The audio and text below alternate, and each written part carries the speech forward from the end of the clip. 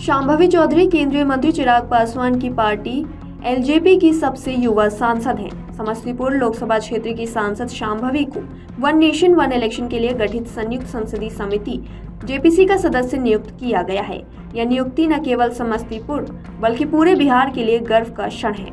सांसद शांभवी ने इस महत्वपूर्ण जिम्मेदारी के लिए लोकसभा अध्यक्ष प्रधानमंत्री नरेंद्र मोदी और अपनी पार्टी के राष्ट्रीय अध्यक्ष सह केंद्रीय मंत्री चिराग पासवान का आभार व्यक्त किया है। उन्होंने कहा कि इस ऐतिहासिक पहल का हिस्सा बनकर मैं गौरवान्वित महसूस कर रही हूँ। हमारी चुनाव प्रणाली को अधिक पारदर्शी, प्रभावी और समावेशी बनाने के लिए मैं अपना पूरा योगदान दूंगी। सांसद शांभवी ने वन नेशन वन इलेक्शन को भारत की लोकतांत्रिक प्रणाली को सुदृढ़ और प्रगतिशील बनाने वाली पहल बताया।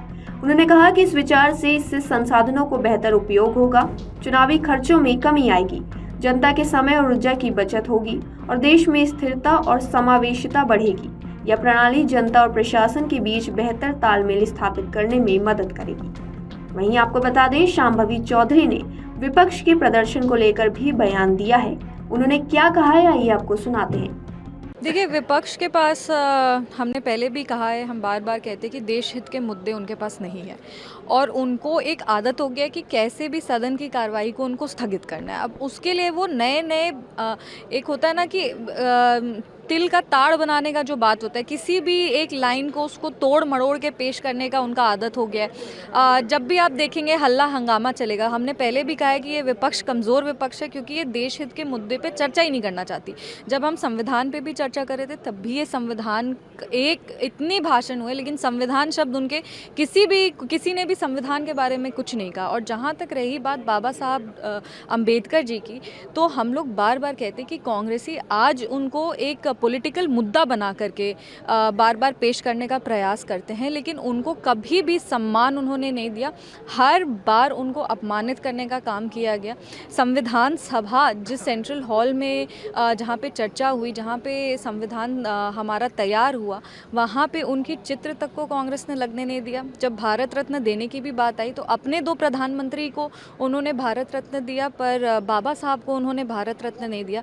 बार बार वो संविधान बोलते हैं, आरक्षण बोलते हैं, हमें देश विरोधी कहते हैं, आरक्षण विरोधी कहते हैं, पर हमने अपने भाषण में उनको एक्सपोज भी किया कि किस तरह से उनके जो 3 प्रधानमंत्री थे जो 37 साल देश का प्रतिनिधित्व किए थे, वो कैसे आरक्षण विरोधी सोच रखते थे। आप अगर आज बाबा साहब की बात करते हैं तो आपने तब बाबा साहब की बात क्यों नहीं की जब आपके ही प्रधानमंत्री लगातार दलितों के खिलाफ और आरक्षण के खिलाफ अपने ऑन रिकॉर्ड स्टेटमेंट देते थे। वो स्टेटमेंट ऑन रिकॉर्ड है, हमने कुछ बनाया नहीं। हमने उनको लगता था आरक्षण से सेकंड क्लास सिटीजन आते हैं, उनको लगता था कि आरक्षण देश हित में नहीं है।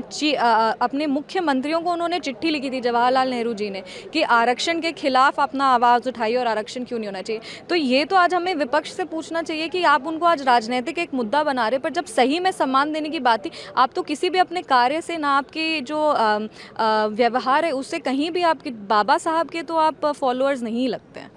बीजेपी का कहना यही है कि एक एडिटेड वीडियो जो है उसको सर्कुलेट किया जा रहा है, उस पर लेकर बिल्कुल, आजकल हम लोग डिजिटल एरा में हैं, फैब्रिकेटेड वीडियोस हर जगह देखने को मिलते हैं। हमारे साथ भी ये होता है कि हम कहीं बात करते हैं, उसके एक लाइन को निकाल करके अलग उसका इंटरप्रिटेशन देने का प्रयास किया जाता है। पर हमें लगता है कि गृह मंत्री जी का यही कहना था कि अगर आज आप अम्बेडकर करते तो आपने अम्बेडकर जी को सम्मानित, बाबा साहब भीमराव अम्बेडकर जी को आपने सम्मानित करने का काम क्यों नहीं किया। अगर आप ये वीडियो YouTube पर देख रहे हैं तो हमारे चैनल को सब्सक्राइब करें और बेल आइकन को दबाना ना भूलें। अगर आप Facebook पर ये वीडियो देख रहे हैं तो हमारे पेज को लाइक करें।